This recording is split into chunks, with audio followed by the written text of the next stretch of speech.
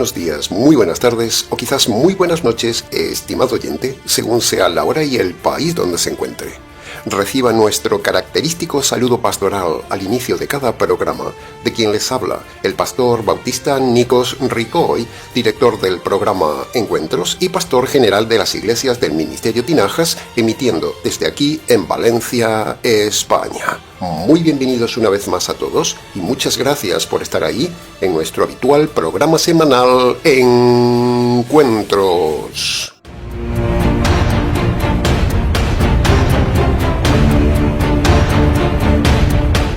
Continuamos hoy, estimado oyente, con el cuarto programa de esta nueva serie de conferencias del noviazgo, matrimonio, divorcio, antidivorcio y antirrecasamiento del divorciado. El segundo tema más importante para la humanidad.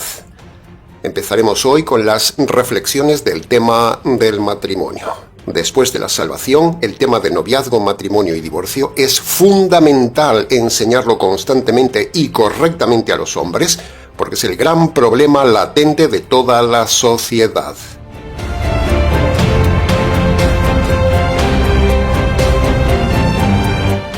Tal como hemos dicho en el primer programa, estamos enfocando las conferencias no de forma expositiva como es nuestra costumbre, sino que hemos dado un giro en nuestra metodología de estudio y lo estamos haciendo más bien de forma temática, es decir, comentando los principales temas del noviazgo, matrimonio y divorcio, y lo haremos así en toda la conferencia para su mejor comprensión.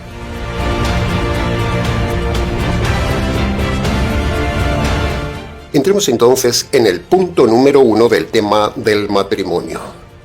Nada existe por casualidad, estimado oyente. El orden no nace del caos, la belleza no brota de la nada, las leyes no se escriben solas y los sentimientos y los pensamientos no los produce la materia muerta. La creación no es un accidente, no viene de la explosión, es la firma de un Dios inteligente, sabio y soberano. Por eso, creer que todo surgió de una explosión ciega o de una evolución es de necios, es cerrar los ojos a la evidencia y a la razón. Es como ver un reloj y negar que existe el relojero. Entonces, si hay un Dios que creó todas las cosas por pura lógica, también creó al ser humano. Y si Dios nos creó, entonces somos responsables delante de Él por todo lo que nos dio y lo que hacemos. El cuerpo, la razón, la conciencia, la libertad, la juventud, la salud, la sexualidad, el matrimonio y un largo etcétera. Este es el pilar lógico y fundamental desde el cual debemos empezar la enseñanza sobre el matrimonio. Usted no es dueño de sí mismo, usted es criatura de Dios. Y si usted vive de espaldas al Creador y su manual, tarde o temprano le irá mal en la vida y lo pasará peor porque un día tendrá que rendir cuentas a Dios, que a la vez es juez. Si usted llega ante Dios con un noviazgo torcido, un matrimonio destruido, un divorcio aborrecido, un recasamiento adúltero, un mal ejemplo para sus hijos y una vida sexual desordenada, le aseguro que ese día usted temblará ante Dios. Habrá juicio, habrá llanto, habrá crujir de dientes, habrá sentencia inapelable y después vendrá la condenación eterna en fuego. El tema es serio, estimado oyente. La lógica de este punto es aplastante. Dios está detrás de todo por ser creador y usted es administrador. Así que un día, más pronto de lo que se imagina, usted dará cuentas de su vida, de su juventud, de su sexualidad, de su matrimonio, de su cuerpo, de su divorcio, de su recasamiento, de sus decisiones, de su conciencia y de cada paso que dio en esta vida. ¿Se da cuenta de la magnitud del asunto? Por eso creemos que es muy oportuno empezar este tema del matrimonio recordándole que Dios es creador y usted administrador. Piénselo.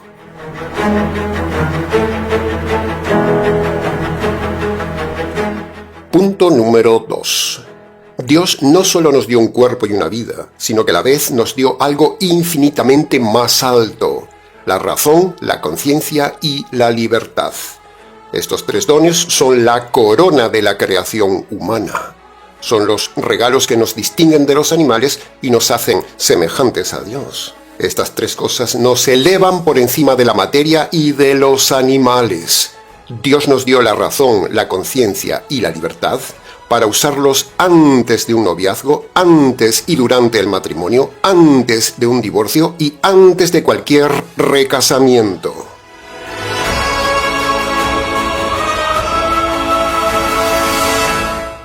La razón es la luz que Dios puso en la mente para pensar antes de actuar. La razón no es para usarla y justificar con argumentos retorcidos los pecados, sino para discernir la voluntad de Dios.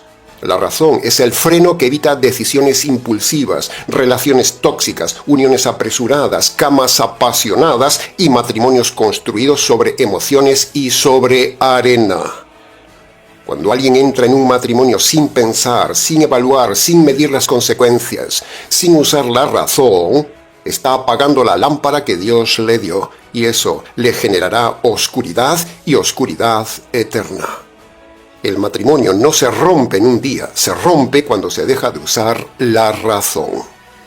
El pecado siempre empieza donde la razón se apaga. Quien no usa la razón, estimado oyente, es como un animal y terminará usando las lágrimas del fracaso.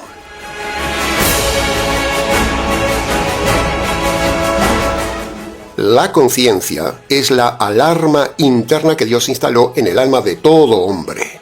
Es ese algo que le grita: eso no está bien, eso no agrada a Dios, eso te va a destruir. La conciencia grita antes del pecado, grita durante el pecado y llora después del pecado. Ignorarla es como no usar el freno de un automóvil en plena bajada. La conciencia es el grito de Dios antes del desastre. Escúchela. La conciencia acallada hoy será el testigo que le acusará mañana. Escuche el grito de la conciencia, estimado oyente, escúchela. Escúchela por las noches en el silencio de su habitación, cuando más le grita. Si no escucha la conciencia, escuchará el chasquido del fuego eterno. Y por último, la libertad o el libre albedrío, el don más peligroso y más glorioso que nos dio Dios. Dios nos dio la libertad para demostrarle si le amamos o no. Se lo repito, Dios nos dio la libertad para demostrarle si le amamos o no. La mejor forma de mostrar el amor a Dios y hacia alguien es cuando uno usa su libertad y decide hacer algo que agrada al otro. La libertad fue diseñada para obedecer y demostrar el amor, no para pecar como hace el mundo. El mundo quiere la libertad para pecar.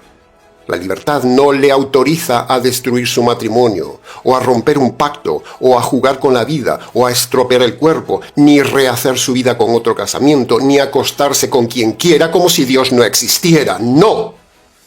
La libertad no le libra del juicio. Al contrario, le juzgará más. Dios nos dio libertad para obedecerle, no para destruirnos, no para que usted haga lo que le da la gana como dice el vulgo. La libertad es para amar, para ver la cantidad de amor que uno tiene por el otro. Hacer lo que uno quiere no es libertad, es pecar. Por eso la democracia es una fábrica de libertinaje. La libertad mal usada fabrica cadenas, fabrica pecados. En conclusión, la razón es la lámpara, la conciencia es la alarma y la libertad es la evidencia del amor. La razón analiza, la conciencia avisa y la libertad decide.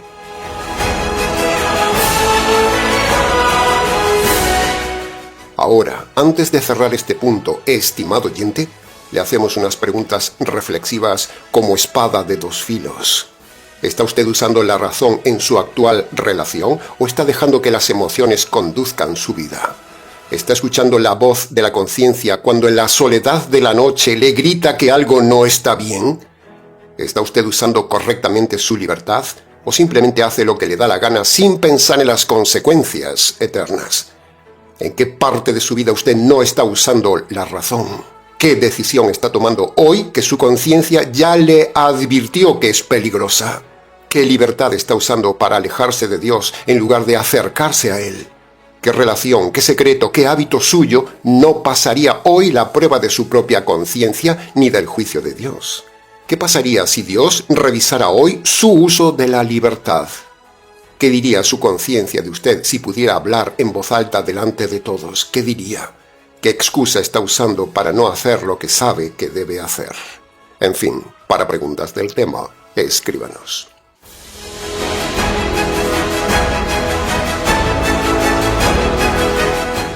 Punto número 3. Dios diseñó el matrimonio para ser una de las mayores bendiciones en la tierra. Sí, ha oído bien. No para ser un campo de batalla, sin un refugio. No una carga, sin un regalo. No una prisión, sin un jardín donde dos almas crecen juntas bajo la mirada del Creador. El matrimonio no es un manicomio. El matrimonio divino es posible, es real, es hermoso, es precioso. Viene del diseño y el ingenio de Dios. Pero no es automático, tiene un precio, tiene condiciones. Porque toda bendición grande de Dios exige una responsabilidad grande del hombre. Dios promete un matrimonio lleno de paz, respeto, ternura, unidad, intensidad, deleite, complicidad y propósito. Pero esa promesa de Dios se conquista usando la razón, la conciencia y el libre albedrío, con obediencia, con renuncia al ego, con dominio propio, con perdón, con carácter, con decisiones diarias, con el poder del Evangelio y con el manual de Dios. ¿Cuántos matrimonios tienen esto? Yo diría que muy pocos. Muchos quieren un matrimonio celestial viviendo con hábitos terrenales y mundanos. Quieren la dulzura sin sembrar dulzura. Quieren la unidad sin sacrificar orgullo. Quieren la fidelidad sin disciplina. Quieren la bendición sin pagar el precio. Y eso no funciona, estimado oyente. Dios no bendice si usted no obedece. Así de sencillo. Usted puede tener un matrimonio precioso, fuerte, estable, fortificado, un oasis lleno de gozo y de propósito. Esa es la esperanza y el destino que le da la Biblia. Pero debe entender que la calidad de su matrimonio será proporcional a la calidad de su responsabilidad y de su obediencia a la palabra de Dios. Dios no promete lo que usted no cumple. Él no va a construir por usted lo que usted destruye con sus malas decisiones. No. Si usted quiere un matrimonio divino, si usted quiere la restauración de su matrimonio, tendrá que caminar por el camino divino con el manual divino. Es pura lógica. Si quiere la gloria del diseño de Dios, usted tendrá que someterse al Dios del diseño. Esta esperanza de un matrimonio precioso está ahí, al alcance de su mano, pero también está su responsabilidad. Para preguntas del tema, escríbanos.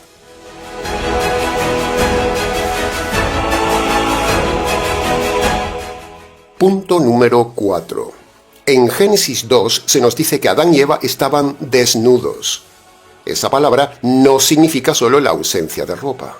Describe también la ausencia de muros entre ellos, de distancia entre ellos, de máscaras. Es una descripción preciosa que va más allá de lo físico. Habla de una transparencia total, de una relación sin secretos, sin dobleces, sin heridas ocultas, sin traiciones silenciosas, sin sospechas que envenenan, sin dureza de corazón que enfría la relación. No se ruborice, estimado oyente, por la palabra desnudez. Es una palabra bonita, es bíblica, es buena, y en su contexto, como hemos dicho, es bonita, solo que el mundo la ha ensuciado. La palabra desnudez no solo se refiere a lo físico, también la usamos en la vida diaria para hablar de la transparencia de una persona y la sinceridad. Así que mire la maravilla de esta enseñanza para el matrimonio. La transparencia, como dijimos en el mensaje pasado con el tema del noviazgo, es también muy importante en el tema del matrimonio. Antes del pecado, el matrimonio era un espacio de confianza absoluta, de entrega completa, de unidad perfecta en cuerpo, alma y espíritu. Esa desnudez no era vergüenza, era transparencia. El uno se veía al otro tal cual era. Desnudez no es exposición, es comunión, es cercanía, es transparencia. El matrimonio desnudo es tal como Dios lo soñó. Dos personas que no necesitan esconder nada delante del otro porque no hay nada que esconder. Así debería ser en el día de hoy. Ahora, habiendo dicho lo básico de este punto, estimado oyente, la pregunta inevitable es: ¿cómo es su relación matrimonial? ¿Es una relación desnuda, entre comillas, en todas las áreas de su vida, es transparente, donde todo se ve, todo se habla, todo se comparte, o es una relación vestida, llena de capas de ropa, en silencios, en cosas tapadas, en rincones oscuros que nadie quiere ver. ¿Cómo es su relación? ¿Cómo es su celular ante su cónyuge, estimado oyente? ¿Está bloqueado para que su cónyuge no lo vea? ¿Qué vería su cónyuge en su celular? ¿Es su matrimonio desnudo solo en lo físico, pero no en el alma? ¿Hay celos, hay desconfianza, hay pecado escondido, hay infidelidad? ¿Cómo es su transparencia conyugal, estimado oyente? Porque si no la hay, su matrimonio terminará en fracaso. Donde hay ropa, hay distancia. Donde hay secretos, hay grietas. Donde hay máscaras, hay peligro. Y donde hay pecado oculto, tarde o temprano habrá destrucción. Dios diseñó el matrimonio para vivir desnudos y sin vergüenza. Si hoy eso no es su hogar, estimado oyente, no se conforme, no lo normalice, no lo justifique, no sea comodón. La transparencia, que ya hemos dicho en el mensaje anterior, es básica para el noviazgo y básica para el matrimonio. Sin transparencia, sin desnudez del alma, hay oscuridad. Y la oscuridad no es de Dios, es del otro Dios. Medite este punto. Para preguntas del tema, escríbanos.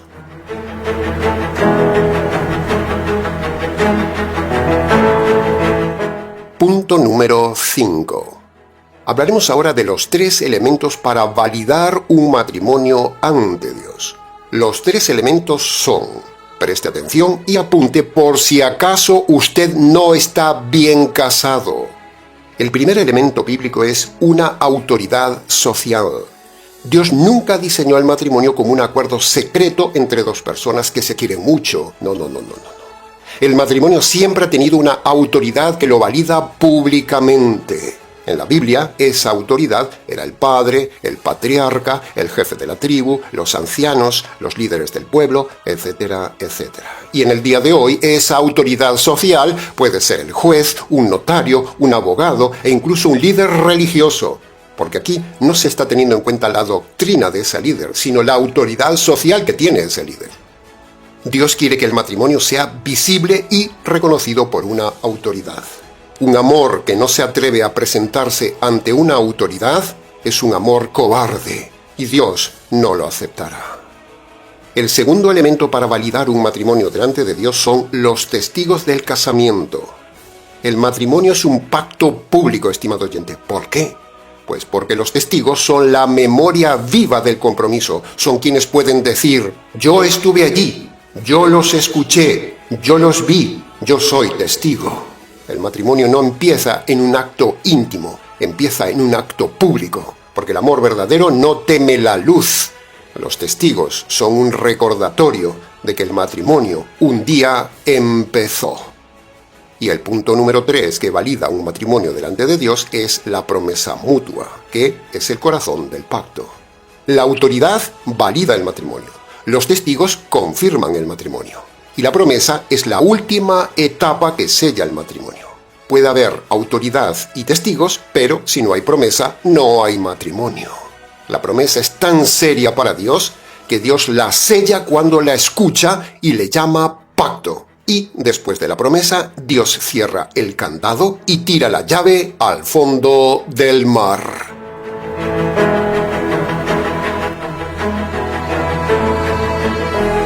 El matrimonio es tan especial para Dios, estimado oyente, que fue diseñado por Él mismo en el consejo eterno, consumado en la tierra, y fíjese esto, se prolongará en las bodas del Cordero con su esposa la Iglesia por toda la eternidad. ¿Se ha dado cuenta de la dimensión? Cristo no se lleva al reino a una esposa recasada, ni Él entra al reino siendo divorciado y recasado con otra iglesia. ¡No! Cristo entrará a las bodas y al reino con su siempre y única esposa amada la Iglesia, y lo hará por los siglos de los siglos en el reino, después del casamiento en las bodas del Cordero, y no habrá nunca divorcio entre Cristo y la Iglesia. Se había fijado en esto. Así que, jaque a los divorcistas y a los recasamenteros divorciados. Para preguntas del tema, escríbanos.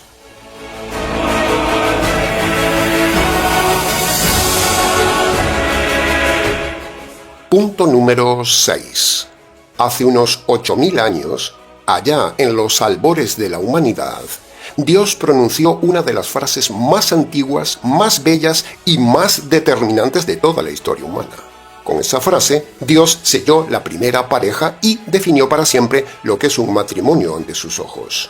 Dios dijo: serán una sola carne. No es una frase poética, simplemente, es una declaración jurídica divina. El juez declaró eso cuando casó a Adán y Eva.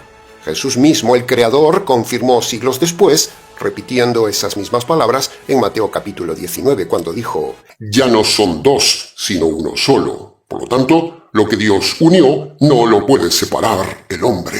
Radical.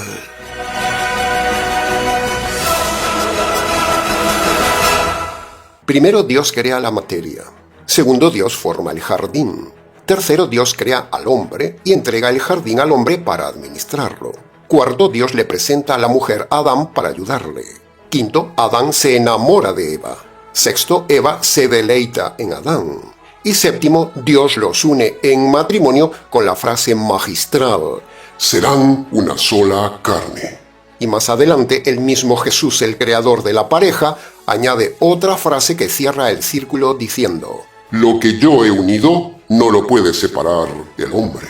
Por lo tanto, no lo puede separar un juez, no lo puede separar un papel, no lo puede separar un adulterio, ni una violencia, ni un abandono. Porque el que adultera, el que golpea, el que abandona, no se puede librar del pacto. Lo cargará consigo para siempre donde quiera que vaya, aunque cambie de casa, aunque cambie de cama, aunque cambie de ciudad, aunque cambie de planeta.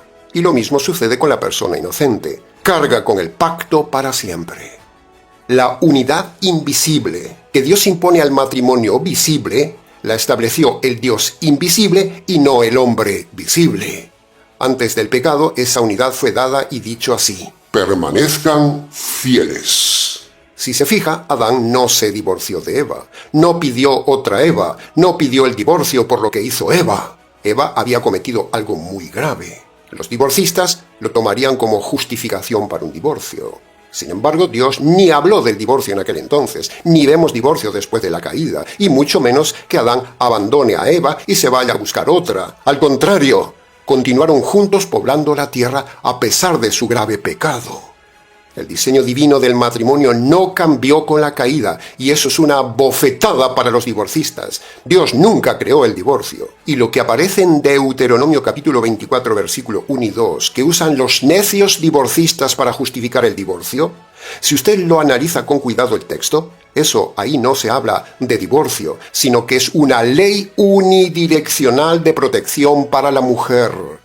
La mujer no podía hacer lo mismo con el hombre, por eso decimos que es unidireccional, no es una ley de divorcio. Una ley de divorcio es bidireccional, pero Deuteronomio capítulo 24 es unidireccional. Y de este tema hablaremos un poco más adelante en el tema del divorcio. El matrimonio con la caída sigue siendo lo que Dios dijo que sea, una sola unidad, aunque el hombre no le guste el tema. Para preguntas del tema, escríbanos.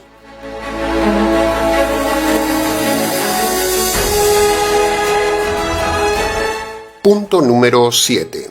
Antes de la caída, el matrimonio era la expresión más pura de la unidad humana. Era algo maravilloso, un gran diseño de Dios. Dos personas diferentes en unidad. Si lo piensa, es admirable. Adán y Eva no solo estaban unidos entre sí en todo, sino que también había otro factor. Ese matrimonio estaba unido con Dios. El relato dice algo muy bonito. Caminaban juntos a la brisa de la tarde con Dios. No solo compartían la misma alma, la misma meta, la misma cama, el mismo trabajo y disfrutaban de una unidad física perfecta, preciosa y pura. No solo eso, sino que tenían algo que la pareja de hoy no tiene: la relación con el Señor. Y ese es el punto clave. Por lo tanto, el matrimonio es cosa de tres, no de dos. Y aunque parezca una locura predicar esto, es así. Es posible vivir algo así en el día de hoy. Porque el matrimonio sigue siendo el mismo diseño, el pacto sigue siendo el mismo, la promesa sigue siendo la misma, el propósito sigue siendo el mismo y las herramientas que Dios nos da para mantenerlo y restaurarlo sigue siendo la misma, la palabra de Dios. Así que, señoras y señores, se puede vivir el matrimonio de Adán y Edén. Aquel primer matrimonio era un modelo envidiable. Y estoy seguro que Adán y Eva le preguntaban cosas sencillas al Señor en aquella inocencia, cuando lo veían venir caminando por la tarde. Señor, qué alegría verte. Gracias que has venido. ¿Sabes una cosa, Señor? Me gusta Eva, es preciosa y es una gran compañía y una gran ayuda. Gracias, Señor, por dármela. Ahora, una pregunta, Señor. ¿Cómo puedo cuidarla mejor? ¿Qué cosas le gustan a Eva para poder sorprenderla? O incluso creo que Adán, como administrador del jardín, le informaba al Señor cómo iban los animales, cómo iba su trabajo de jardinería, e incluso preguntando al Señor cómo le gustaría el diseño del jardín. ¿No le parece una relación preciosa? Pero esa frescura se rompió. ¿Por qué? Bueno, primero por la incomunicación de Eva. A pesar de ser perfecta, actuó sin consultar con el esposo. Rompió una regla básica antes de romper la segunda regla. Rompió la regla de la comunicación con su esposo. Eva tuvo un momento de independencia, se apartó de su esposo y ahí empezó el caos. Y si usted se aparta de su esposo, aparecerá el caos. Pero también debemos juzgar el descuido y la pasividad de Adán, que no protegió ni cuidó a su esposa. La dejó sola, estando aún en un ambiente perfecto. Así que imagínese dejar solo a su esposa en estos días de hoy. El primer pecado de ambos fue no cumplir cada uno su función y su rol, y por eso vino el siguiente pecado: comer del árbol prohibido.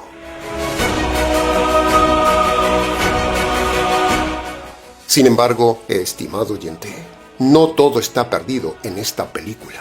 Hay esperanza.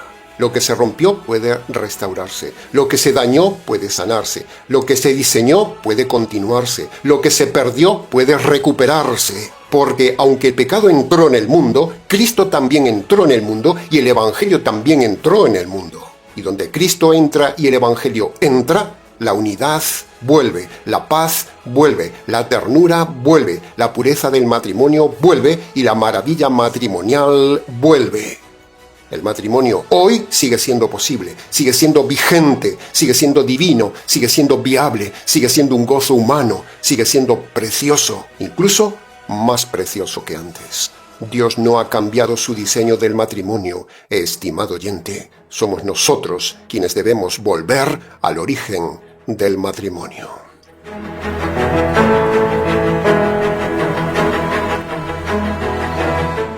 Pero cuando el pecado entró en el mundo, todo cambió.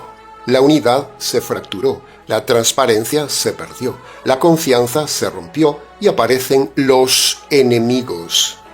Adán culpa a Eva, Eva culpa a la serpiente, y la armonía se convierte en conflicto igual que hoy. Nada ha cambiado. La culpa es tuya. No, la culpa es tuya. No, la culpa es tuya. Sin embargo, con la caída, el matrimonio no deja de ser un diseño divino.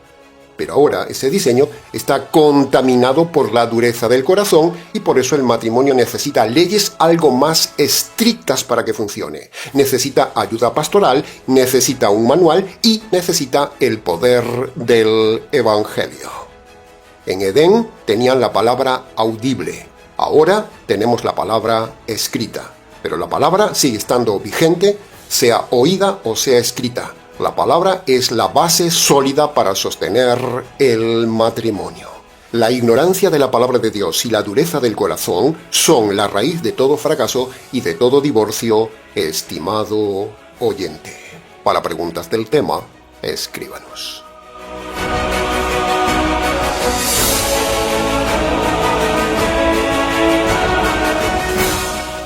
Punto número 8.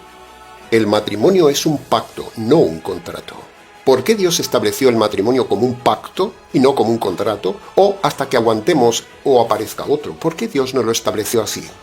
Bueno, el matrimonio no nació en la mesa de un abogado mundano. Nació en el corazón de Dios el juez. El contrato lo inventó el hombre para protegerse a sí mismo, porque es egoísta. Si tú fallas, yo me desligo. Esa es la lógica humana, pero eso es pecado. Los contratos se rompen, se renegocian, se anulan, se cancelan y se hace otro con otro. Pero un pacto no es así. En la Biblia, los pactos son irrevocables, son sagrados y son permanentes. Y Dios lo llama al matrimonio un pacto, no un contrato. Un pacto no se sostiene por emociones, porque las emociones cambian. No se sostiene por circunstancias, porque las circunstancias se mueven. No se sostiene por conveniencia, porque la conveniencia es egoísmo. Un pacto se sostiene por la palabra dada, por la palabra de fidelidad, por la palabra prometida, por la integridad del corazón a pesar de las circunstancias. Cuando una pareja se casa, no está simplemente firmando un papel. De hecho, durante miles de años no se firmaba nada, solo se prometía. La firma no es la esencia. La esencia es el acto que se realiza ante Dios, ante los hombres y ante el cónyuge con la palabra. Dios es testigo del pacto, dice la Biblia. Él lo ve, Él lo registra, Él lo sella, Él pone el candado y Él tira la llave al fondo del mar. Por eso ningún juez, ningún pastor, ningún rabino, ningún sacerdote tiene autoridad para disolver lo que Dios unió, a pesar de que haya sido mal hecho. Ese es otro tema.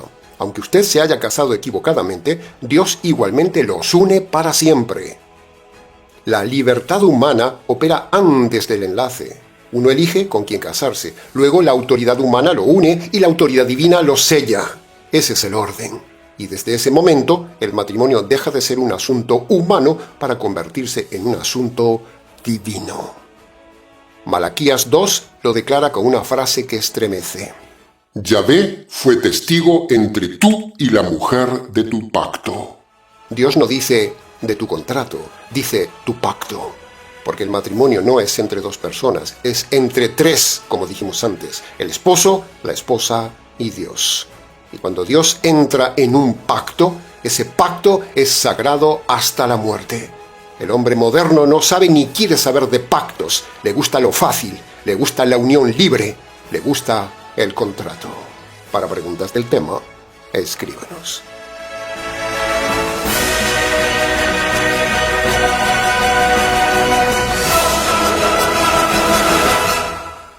Punto número 9. Hablemos ahora de la promesa. La promesa matrimonial no es prometo amarte mientras me hagas feliz, prometo amarte mientras me des cama, prometo amarte mientras todo vaya bien, prometo amarte mientras no aparezca otra, estaré contigo mientras no me falles, te seré fiel mientras no me seas infiel. No es prometer amar hasta que el divorcio nos separe.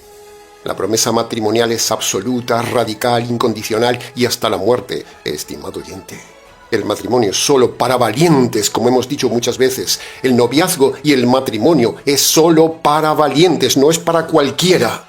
Tener hormonas activas, potentes y latentes no significa que usted tenga que casarse. Los animales también tienen hormonas y se unen. Es más, son más fieles que los hombres. Cuando uno promete y se casa, no ve el futuro. Uno se casa a ciegas, porque no puede ver el futuro. Por eso ambos necesitan leyes y el manual de Dios para no desviarse de esa promesa. Esa promesa, el día del casamiento, es jurídica porque fue hecha delante del juez. Es un compromiso que ata la voluntad para siempre ante una persona. Y el mundo lo toma a la ligera, abre y cierra el candado cuando les da la gana. Pero la promesa matrimonial es un candado sin llave. La Biblia dice en Eclesiastés capítulo 5, versículo 4. Cuando ante Dios haces una promesa, no tardes en cumplirla, porque Él no se complace con los insensatos mentirosos. Cumple lo que prometes. No peques con tu boca y digas, lo hice sin saber. Cuando alguien se casa, queda atado por su palabra de por vida, estimado cónyuge. Y Dios no permite que esa palabra se rompa por capricho, por dolor, por otra relación, por traición o por abandono, por lo que sea. Su promesa de fidelidad no depende de lo que otro haga, depende de lo que usted ha prometido y se establece hasta la muerte. ¡Punto!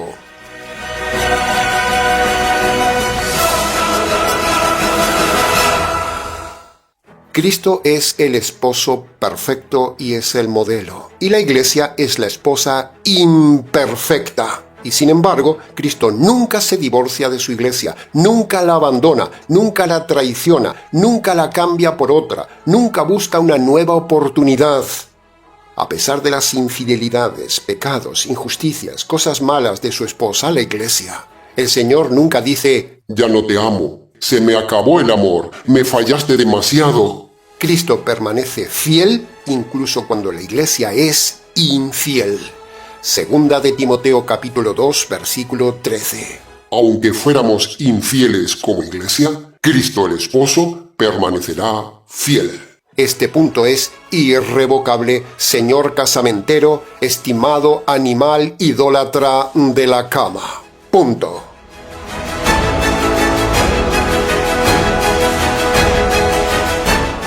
Entremos ahora en el análisis del punto número 10. El matrimonio no fue diseñado para la felicidad. ¿Sí? ¿Ha oído bien? En el matrimonio no hay felicidad como lo entiende el mundo. La felicidad no existe, es un concepto utópico, es un concepto romántico, es algo de ficción, de las películas, pero no existe la felicidad. Simplemente mire a su alrededor, mire a sus padres, mire la historia humana y verá que la felicidad como fin no existe. Después de la caída, Dios no estableció el matrimonio para que el hombre buscara su propia satisfacción, sino para que sirviera al Señor. Ese es el motivo del matrimonio. ¿Y cómo hacerlo? Bueno, administrando la tierra, cumpliendo su propósito y llevando a otros al reino de los cielos. Escuche bien esto, estimado oyente. El matrimonio no fue creado para hacerle feliz, sino para agradar a Dios. Fue diseñado para servirle, para honrar a Dios, para administrar los recursos de la tierra y hoy para difundir el Evangelio. Ese es el propósito del matrimonio. Todo propósito distinto es falso. Casarse para tener hijos, como enseña la tradición religiosa, es falso. Casarse para continuar la genealogía es falso. Casarse por dinero, por herencia, por tradición, por comodidad, por sexualidad, todo eso es pecado, porque pone el yo en el centro del matrimonio. No es pecado tener hijos, ni ganar dinero, ni formar una familia, no. El pecado es convertir eso en el fin principal del matrimonio. Si su matrimonio no tiene como prioridad agradar a Dios, servirle y extender su evangelio, entonces su matrimonio nació torcido, nació en pecado y terminará en fracaso. Refute esto si puede con la Biblia, especialmente con el Nuevo Testamento.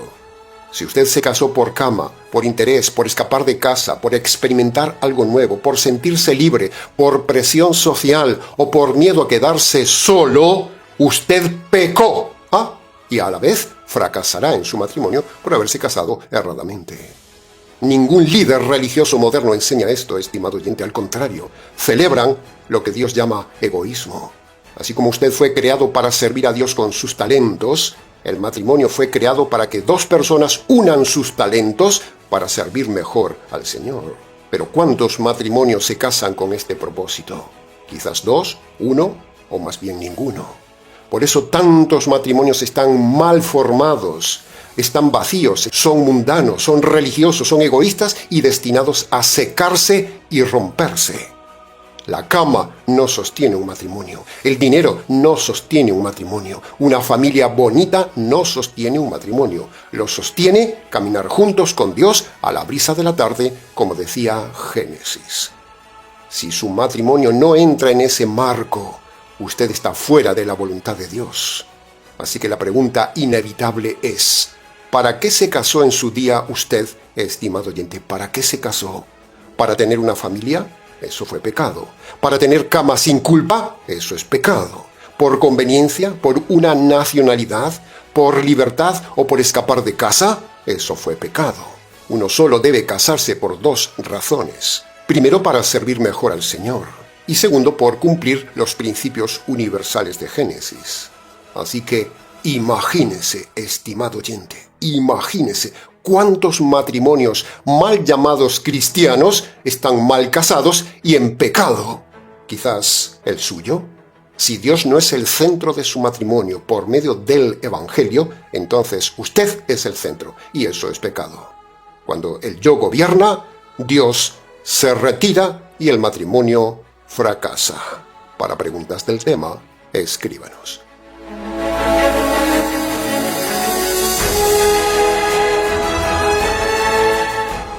Punto número 11. El Padre se casa con Israel y el Hijo se casa con la Iglesia. Ese es el doble modelo teológico y supremo del matrimonio. Dios en el Antiguo Testamento nunca se divorció de Israel, por mucho que lo digan por ahí esos divorcistas falsos. Dios buscó a Israel, la alabó, hizo pacto con esa nación y se mantuvo fiel a pesar de las infidelidades de Israel. Dios no se divorció de Israel ni se casó con otro pueblo. Demuéstreme que Dios se divorció y que se casó con otro pueblo. ¿Se había fijado en esto? Ahora, Cristo hace lo mismo. Él viene, busca a la iglesia, lava a la iglesia, la cuida y no se divorcia de su iglesia cuando ella cae. Cristo no busca otra esposa cuando la iglesia cae. El matrimonio bíblico debe reflejar este doble modelo matrimonial bíblico.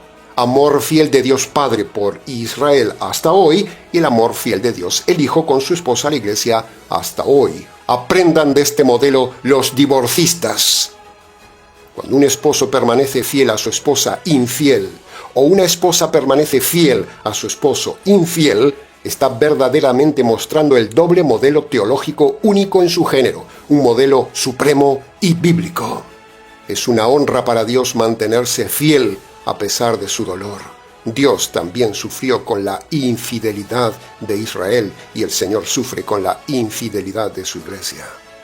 Usted que se ha divorciado y recasado y se llama cristiano, ¿había visto alguna vez este doble modelo intenso que muestra la Escritura sobre la fidelidad del Padre con Israel y de Cristo con la iglesia? Si usted se divorcia y se recasa, es porque es un ignorante y un perdido. No tiene ni idea de este modelo teológico y Dios un día le condenará por no seguir el modelo doble de la familia divina. El Padre fiel con Israel y el Hijo fiel con la Iglesia. El recasado por infidelidad muestra la misma infidelidad que el cónyuge infiel. Así que, jaque a los defensores del divorcio y del recasamiento del divorciado. Para preguntas del tema, escríbanos.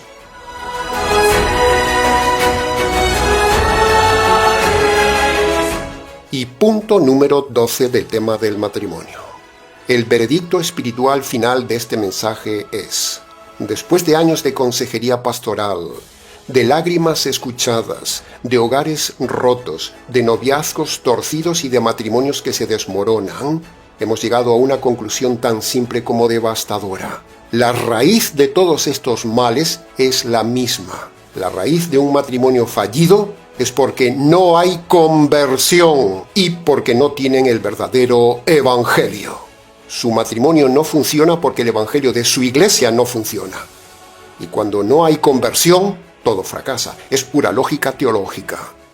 El convertido no se divorcia. El convertido tiene las cosas muy claras y no usa excusas humanas para romper lo que Dios selló.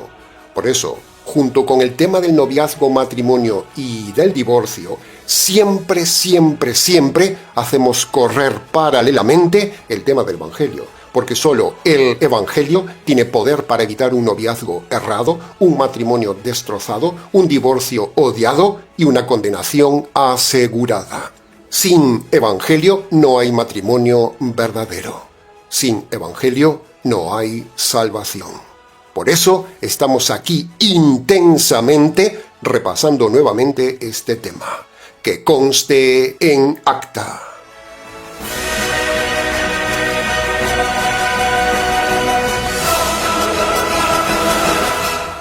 Bien, hasta aquí con el mensaje de hoy. Continuaremos en programas sucesivos con más puntos del tema del matrimonio. Si necesita ayuda, tiene preguntas, quiere analizar su caso o simplemente quiere contactar con nosotros, escríbanos. ministerioTinajas@gmx.es. Y antes de terminar el programa de hoy, les recordamos nuevamente dos cosas. Primero, si se siente identificado con nuestro trabajo pastoral, le animamos a colaborar, a sostener o a ser mecenas del Ministerio Tinajas. Anímese a colaborar con lo que pueda. por 6 meses, por 1 año o simplemente a colaborar este mes. Su ayuda ayuda mucho a muchos. Y en segundo lugar, le informamos que tenemos un libro titulado Noviazgo, Matrimonio y Divorcio en Amazon. Tiene abajo en la descripción del vídeo la forma de conseguirlo. Muchísimas gracias desde ya. Nada más, estimado oyente. Les ha compartido este programa quien les habla, el pastor y expositor bíblico Nikos Ricoy, emitiendo desde aquí en Valencia, España. Será entonces con el gusto de siempre, hasta el siguiente mensaje de la serie, aquí en nuestro habitual programa semanal Encuentros.